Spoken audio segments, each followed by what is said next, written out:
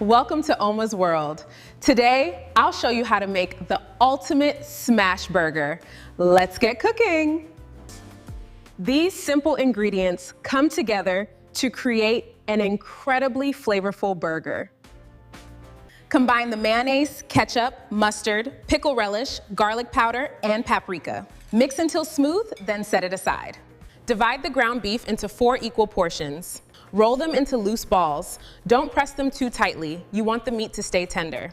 Butter the buns and toast them until they're golden and slightly crispy.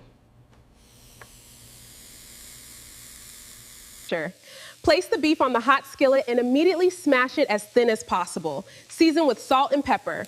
Let it cook for about 2 minutes. Stack everything together and gently press the burger. Now it's ready to enjoy. That crispy crust, juicy beef, melted cheese, and creamy sauce make every bite absolutely irresistible. Give this recipe a try, you'll love it. If you enjoyed this recipe, don't forget to like, subscribe, and turn on the notification bell so you never miss another